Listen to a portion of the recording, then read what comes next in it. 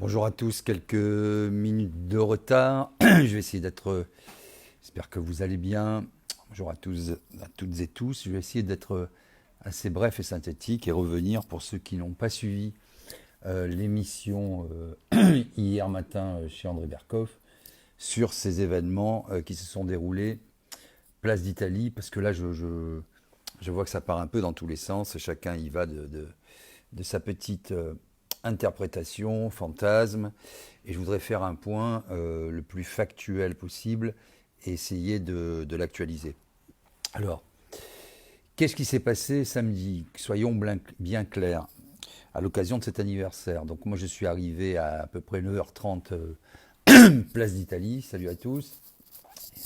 Il y avait déjà pas mal de monde à 10h, je dirais à peu près, alors que la manifestation dûment déclarée par notamment Fawzi Lelouch devait démarrer à 14h.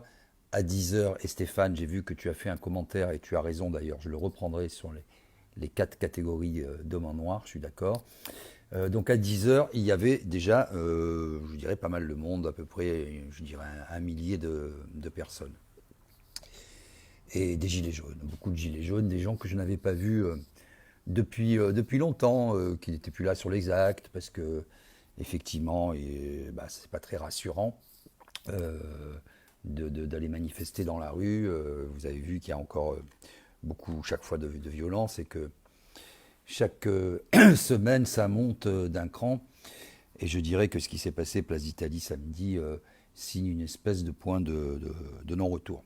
Alors donc à 10h du monde, et puis tout de suite, je sors, il faisait assez froid, et je vois qu'il y a un petit groupe de personnes en noir qui commencent à mettre le feu à des poubelles, à des cagettes, puisque toute cette place était en plein travaux avec, je l'ai dit, des échafaudages, des IPN, du matériel de chantier, des engins de chantier divers et variés.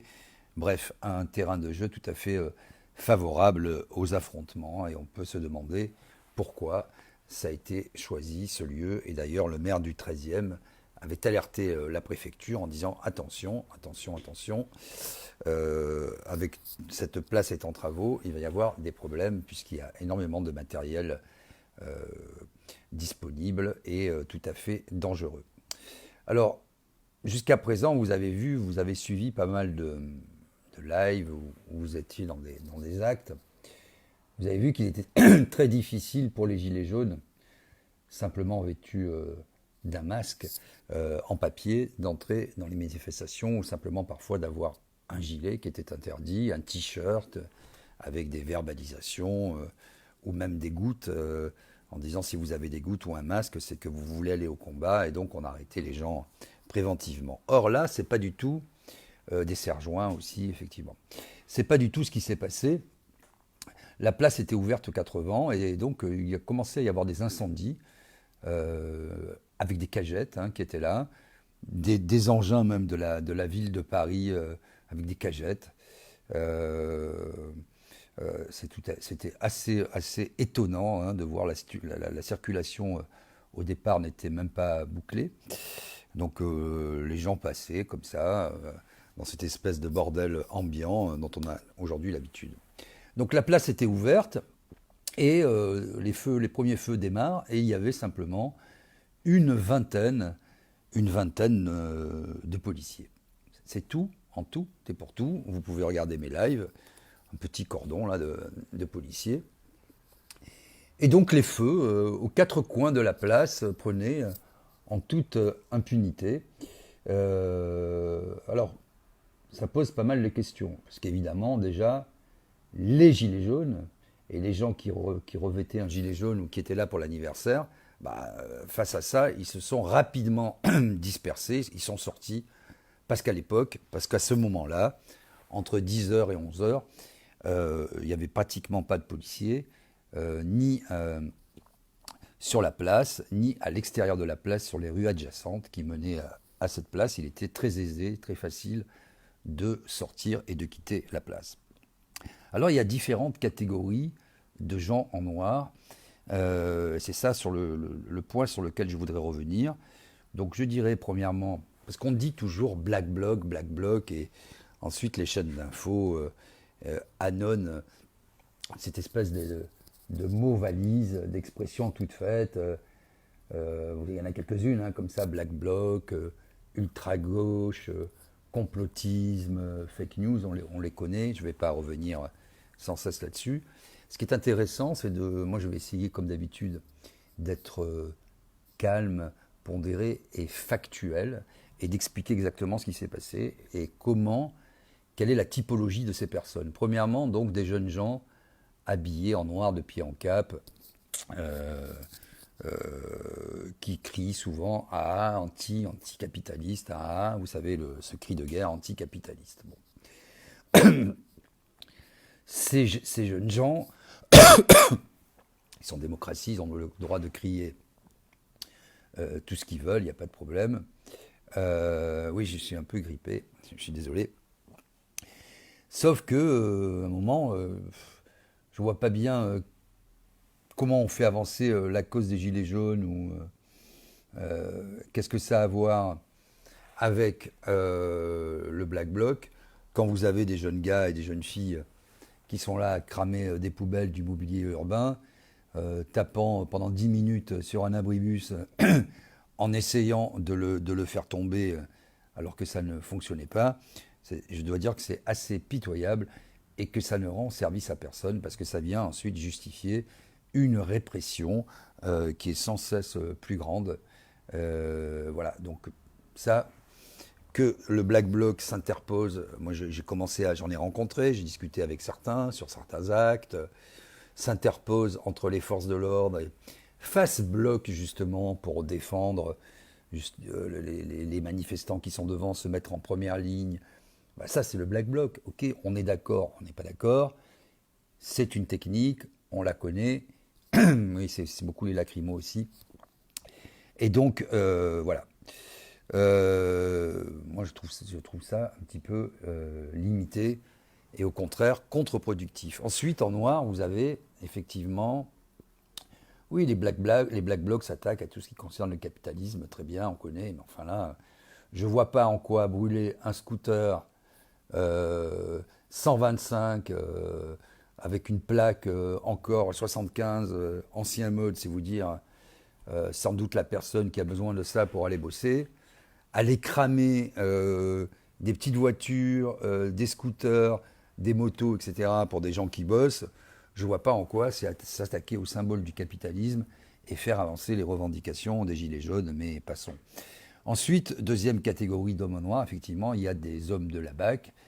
Vous savez ce que je les ai souvent filmés, et c'est tout à fait compliqué d'avoir ces gens-là qui se fondent finalement aux casseurs.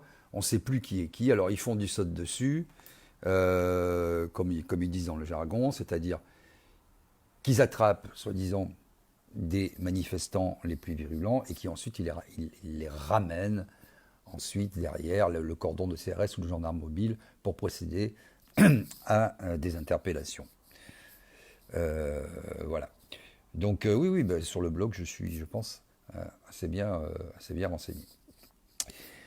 Troisièmement, je dirais une catégorie de gens qui sont là un peu par hasard, qui sont plus ou moins avinés, par hasard je ne sais pas, mais qui sont contents quand ça casse, quand ça brûle, et finalement qui n'ont pas du tout des discours politiques, que les revendications passent à des années-lumière et qui sont contents quand ça pète, quand ça casse, et qui hurlent et qui crient. Je ne suis pas sûr non plus que ça fasse tout à fait avancer les revendications sociales, sociétales et économiques des gens qui sont dans la rue depuis maintenant un an.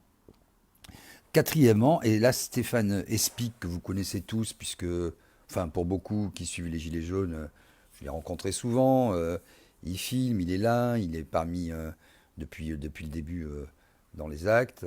Oui, je reviendrai sur les vrais casseurs déférés au tribunal, ça c'est tout à fait intéressant.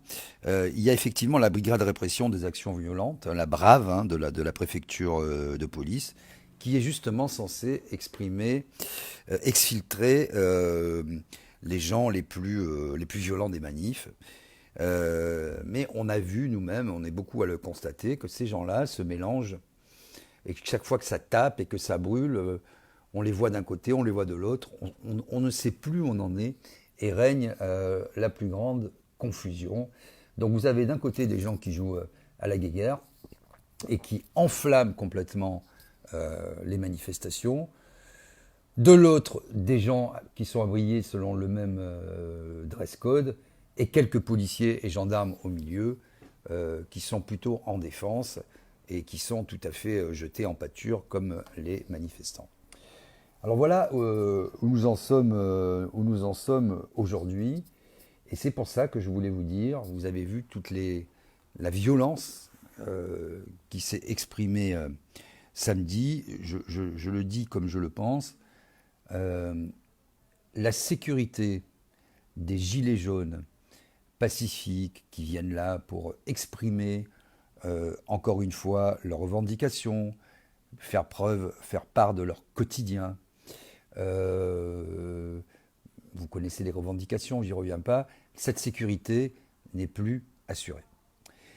De la même façon, pour les gens qui filment et qui rendent compte que ce soit des journalistes professionnels, indépendants souvent, ou des jeunes gars et des jeunes filles qui filment, qui sont des vidéastes amateurs, qui ont une sympathie pour le mouvement des Gilets jaunes et qui filment, leur sécurité n'est plus assurée.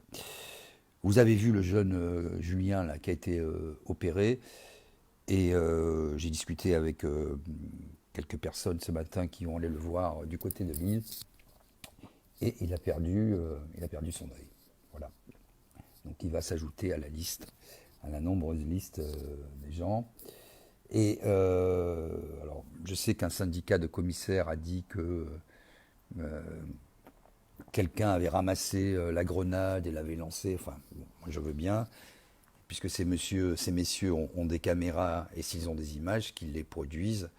Enfin, dire ça et rien, c'est à peu près la même chose. Donc la sécurité n'est plus assurée, et toutes les personnes qui vont aller maintenant dans ces actes, je pense qu'elles devraient faire attention. Moi, je ne suis rien. Manu, pardon, oui, Julien, c'est quelqu'un que j'ai eu ce matin. Manu, excusez-moi.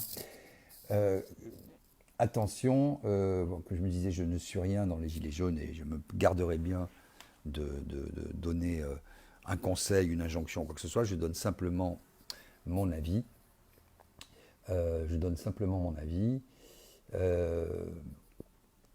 Je pense qu'il ne sert à rien aujourd'hui d'aller encore une fois dans ces actes qui sont organisés dans des lieux décidés par la préfecture de police. Oui, c'est Manu, pas Julien, de Valenciennes, tout à fait, qui sont organisés par la préfecture de police de Paris et qui sont qui s'apparentent finalement à des guet-apens. Donc, aller là-dedans, c'est risquer son œil, c'est risquer de graves blessures, c'est sans doute bientôt risquer sa vie, et ça alimente, c'est tout à fait contre-productif, ça alimente les chaînes mainstream, ça alimente le discours général qui dit, vous voyez, les Gilets jaunes, ça ne ressemble plus à rien. Ce sont des gens avinés et assoiffés de violence. Donc voilà. Moi, si j'ai un avis, mais il n'engage que moi, je vous le donne, il y a une grève générale qui est prévue le 5 décembre. On verra ce que ça donne. Mais je pense que pour faire entendre des revendications, il faut du nombre. Il faut être encadré et il faut que la sécurité soit assurée, parce que moi je peux pas comme ça rester à filmer tous les samedis et voir les gens aller à l'abattoir ou dans les hôpitaux. Il y a un moment, il faut être un petit peu responsable et aller dans ces manifestations. En plus, c'est bordélique parce que Il y en a une à droite, il y en a une à gauche, il y en a une au milieu, et puis il y a des clatamanifs, etc. Bon, maintenant, je pense que cette stratégie, cette tactique a montré ses limites. C'était bien de le faire jusqu'à présent pour exprimer des revendications. Aujourd'hui, c'est vraiment contre-productif, c'est dangereux, et je crois que vous avez vu, on a un préfet, l'allemand, qui tranche d'une manière assez nette avec le précédent préfet Delpech, que moi j'ai connu à Lyon par exemple, dans un passé pas si lointain, ou encore ailleurs, bon bref, peu importe. Et c'était pas la même conception ni de la République, ni de l'État, hein, puisque monsieur le préfet, l'allemand, a parlé de camp. Il ne peut pas y avoir, de camp dans l'État. Et donc voilà, moi ce que je voulais vous dire de la manière la plus nette et la plus claire. Je pense qu'il ne faut pas que les gens aillent à l'abattoir. Voilà. Donc après, on verra bien ce qu'il se passe le 5 décembre. Je pense qu'il y a des actions qui sont faites aussi plus en profondeur, avec des gens qui réfléchissent, qui s'organisent. Et je ne veux pas donner de...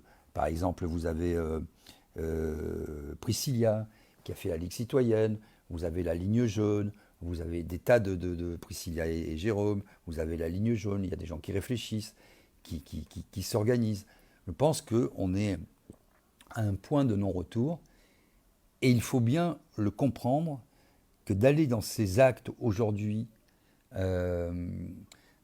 comme ça, de façon clairsemée, dont vous ne décidez pas du lieu. Vous n'avez pas de service d'ordre. Vous êtes naïf et vous êtes débordé par des gens qui n'ont strictement rien à voir avec le mouvement des Gilets jaunes. À un moment, ça peut durer comme ça, samedi après samedi, encore 1 an, 2 ans, 3 ans, ça n'a plus aucun sens.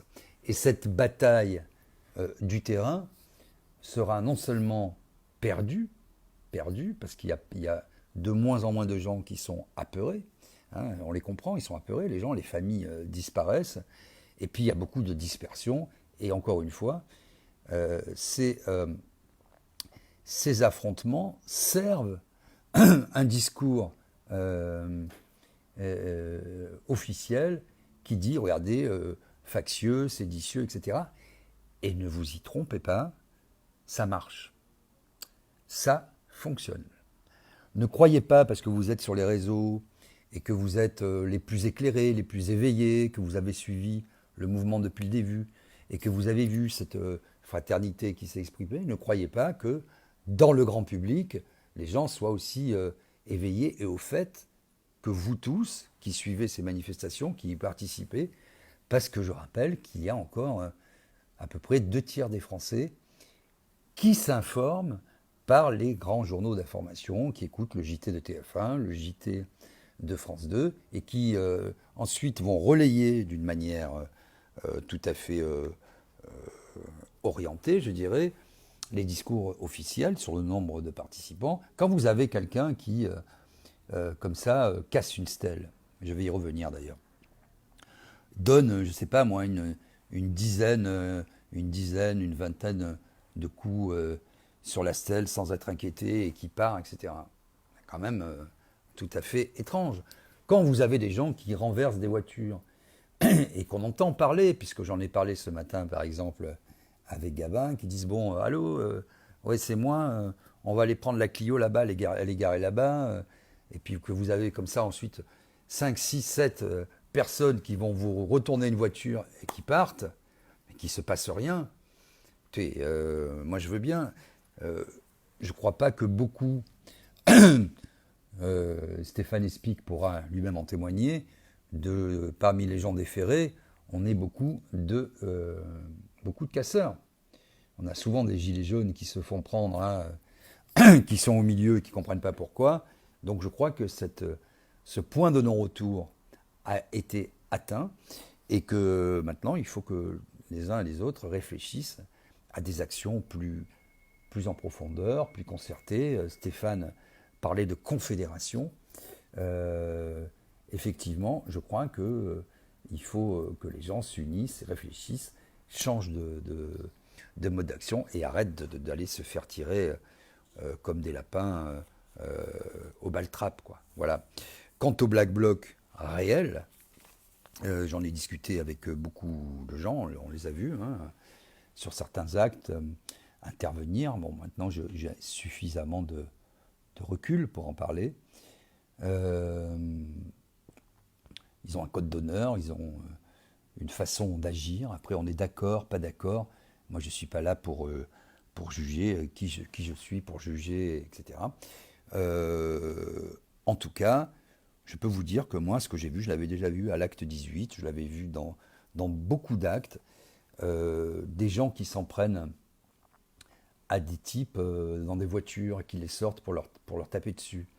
Des gens qui s'en prennent, qui brûlent des scooters à 1 500 euros, etc., etc., etc. Sauf preuve du contraire, pour moi, ce ne sont pas des black blocs. Voilà.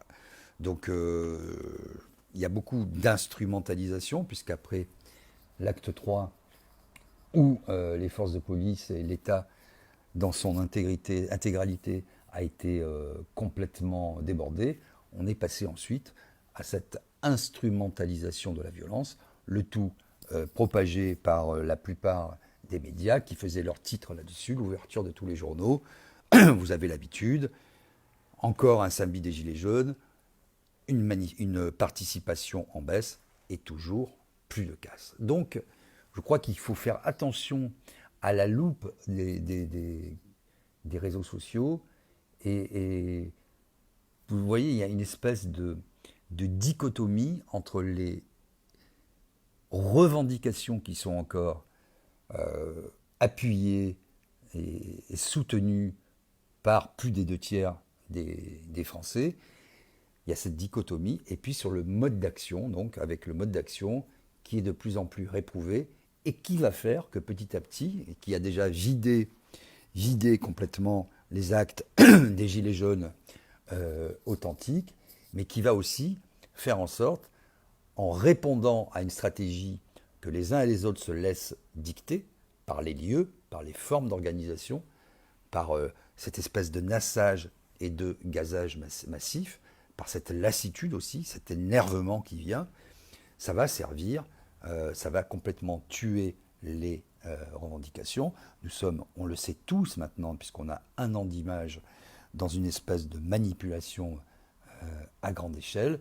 Et donc voilà, moi, ce que je voulais vous dire de façon responsable, parce qu'à un moment, dire pas lâcher, effectivement, pas lâcher sur l'essentiel. Les uns et les autres ont des revendications qui doivent s'exprimer, mais à un moment, il faut savoir lâcher, en tout cas, une stratégie qu'on ne maîtrise pas, qui est dictée par d'autres, de laquelle tout le monde sortira perdant, et encore de plus en plus mutilé, fracassé ou blessé. Voilà les amis, ce que je voulais vous dire. Donc les nouvelles de Manu, effectivement, ce jeune homme a perdu son œil. Ça fera, si nos comptes sont exacts, 26 éborgnés. Beaucoup de tristesse, hein, puisque moi je l'ai vu discuter, ce jeune homme. J'ai un peu échangé avec lui d'ailleurs, de même que j'ai échangé avec si vous avez des informations, j'ai pas réussi à en avoir. J'ai échangé avec ce journaliste vidéaste américain qui a été embarqué. Je ne sais pas pourquoi ce journaliste a été embarqué. Et donc, voilà, aujourd'hui, où nous en sommes. Et encore une fois, moi, je vous incite à faire attention, à avoir des actions. Et il ne m'appartient pas, moi, je suis rien, et je veux surtout être rien là-dedans. J'essaie d'observer. Mais je vous dis simplement que si on continue dans cette manière de faire, ça va vraiment mal se passer pour les gens qui manifestent et pour ceux qui filment, dont la sécurité n'est plus du tout assurée. Je voudrais simplement terminer aussi en expliquant, parce qu'on a dit que un corridor avait été ouvert, place d'Italie, et qu'on pouvait aisément sortir. Alors, c'est pas vrai. Au fur et à mesure que la journée avançait, à partir de 12h30, 13h, je dirais, vous aviez toutes les rues adjacentes, c'est-à-dire toutes les rues qui conduisaient à la place d'Italie, qui étaient barrées par les forces de l'ordre, que ce soit vers le périph', avec des policiers, un canon à eau, etc., puis encore des policiers, puis un peu plus loin, après le McDo, etc., des gendarmes, puis des policiers, puis des gendarmes. Donc petit à petit, toutes les rues qui conduisaient à la place d'Italie ont été fermées. De telle sorte qu'on était dans une nasse sous une pluie incessante de gaz lacrymogène, ce qui explique aussi le fait qu'on ait tous les bronches prises et qu'on ait du mal à parler. Parce que quand vous respirez ça semaine après semaine, c'est quand même un petit peu dangereux, je pense. Des pluies de projectiles, de grenades dans tous les sens, et il était impossible de sortir. J'ai mis 1 heure pour sortir. J'ai montré ma carte, j'ai essayé à droite, à gauche, etc. On me disait toujours, c'est la rue d'après, c'est la rue d'après, c'est la rue d'après. J'ai fait 3 fois le tour de la place, et je suis tombé à la fin sur un jeune journaliste, sur un jeune gendarme compréhensif qui a fini par m'ouvrir, et j'ai pu quitter cet enfer. Voilà. Alors c'est bien que s'exprime ce journaliste américain, effectivement, pour qu'on comprenne pourquoi il a été arrêté, pourquoi il a été interpellé, sans doute pour pas qu'il y ait d'image, mais quel était le motif réel, en tout cas officiel, de cette interpellation. C'est toujours bon à savoir. Voilà, si vous voulez maintenant, je vais vous laisser pour aller déjeuner. Il faut que j'aille consulter, effectivement. Si vous avez 3-4 questions, je les prendrai avec plaisir. Oui, Philomène, je vais aller consulter parce que j'ai effectivement beaucoup de mal avec mes bronches là. Mais je ne suis pas le seul.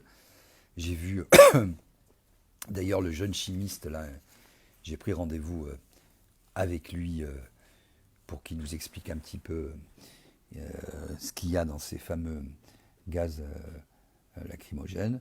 Voilà. Donc si vous avez 2-3 questions encore, je vais les prendre, mais c'était plus pour vous faire un petit point actualisé. Donc je pense que les uns et les autres, vous devez vous organiser de ne plus répondre. Parce que là, on est dans une une course à l'échalote dont les manifestants ne sortiront pas vainqueurs, puisque petit à petit, encore une fois, Alexander, voilà, petit à petit, encore une fois, vous avez vu, une fois que vous avez plus l'opinion publique avec vous, après c'est très difficile, tout le monde va ramer pour essayer de refaire entendre les revendications originelles que pourtant, malgré tout ce qui s'est passé depuis un an, les gens soutiennent encore assez massivement. Oui, je ferai toujours des lives. Alors, je vois une question aussi. La suite du mouvement, je l'ai dit, de toute façon, ce qu'il faut voir, on file un gilet, pour dire ça suffit, voilà, pour telle et telle raison. Bon. Depuis un an, il y a eu une prise de conscience nationale. Beaucoup de gens se sont éveillés, se sont reconnus, ont fraternisé les uns avec les autres, des gens qui normalement ne se parlaient jamais.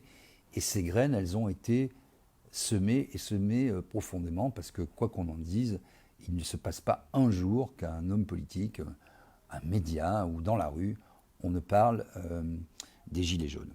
Donc après, je ne sais pas comment ce mouvement va évoluer, mais de toute façon, je pense que le gilet jaune était juste un symbole visible, presque fluo, pour une prise de conscience.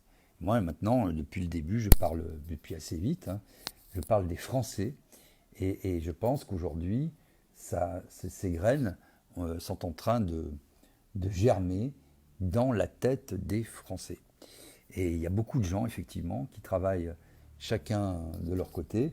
Et il va falloir, je suis assez d'accord avec Stéphane Espic sur le sujet, qu'à un moment, les égos soient mis à la poubelle pour avoir une espèce de confédération, euh, pour faire avancer les idées, pouvoir les promouvoir, pouvoir les présenter sur tous les sujets qui intéressent la vie des gens.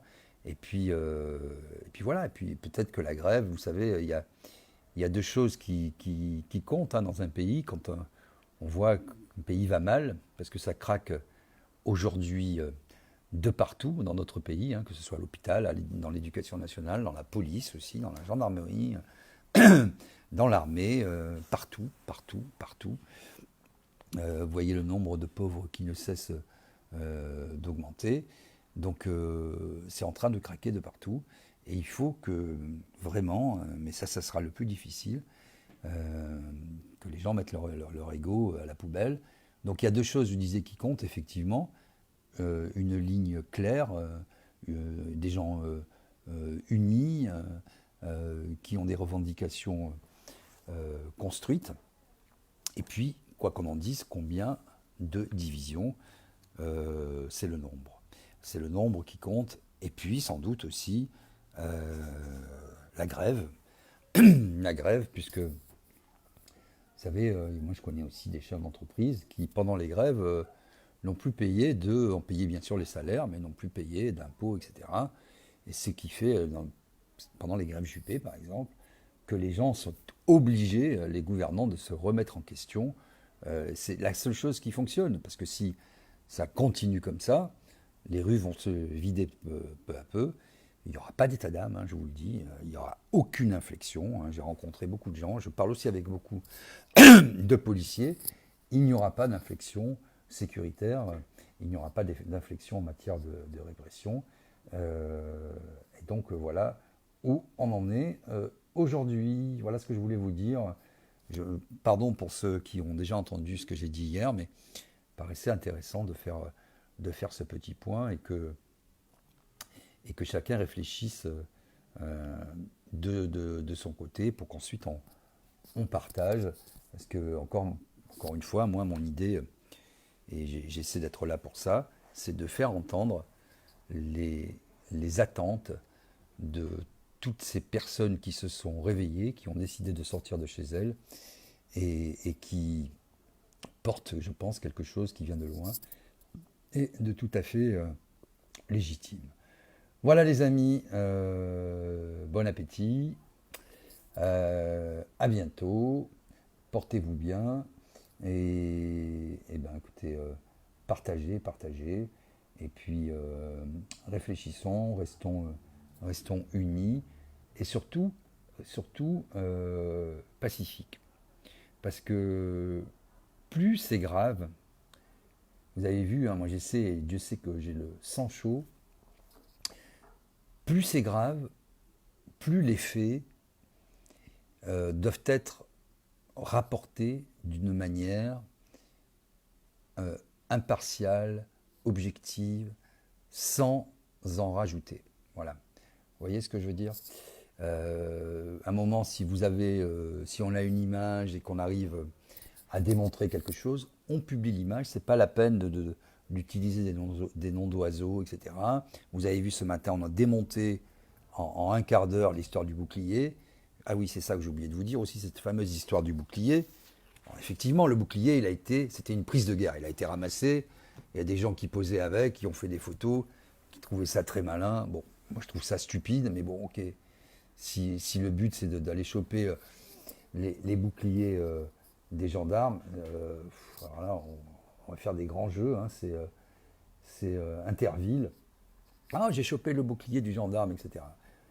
Donc, Check News sur Libé là, a fait le travail. Bon, ils ont fait un bon travail, qui n'était pas très difficile, puisque moi j'ai réussi à le faire tout seul en 15 minutes. Mais ils ont eu une conclusion en disant, mais c'était pas un gendarme. Alors, on ne sait pas qui est ce monsieur. On ne sait pas. Moi, je vois des gens des deux côtés qui sont habillés de la même façon. Je vois qu'à un moment, quand l'ordre doit être imposé, rétabli et qu'on doit protéger les gens, il ne se passe rien. Et puis je vois qu'à la fin, la place est fermée et que c'est le plus grand bazar et qu'ensuite on fait une déambulation pour dire qu'on n'est pas dans le même camp. Ça, je le vois. Le reste, je le vois pas. Donc j'aurais bien aimé, moi, que Libé nous décline l'identité de ce monsieur et, euh, et nous expliquer qui il est, s'il a été jugé, etc. S'ils ont des informations, nous sommes évidemment tous preneurs. Voilà les amis, eh ben, je vous souhaite un bon appétit. Je vais essayer d'aller un petit peu me soigner. Surtout que vendredi on a un concert, il ne faut pas que je déconne. Et puis voilà. Salut à tous, à très bientôt. Ciao, ciao, bon appétit. Ciao, bon app.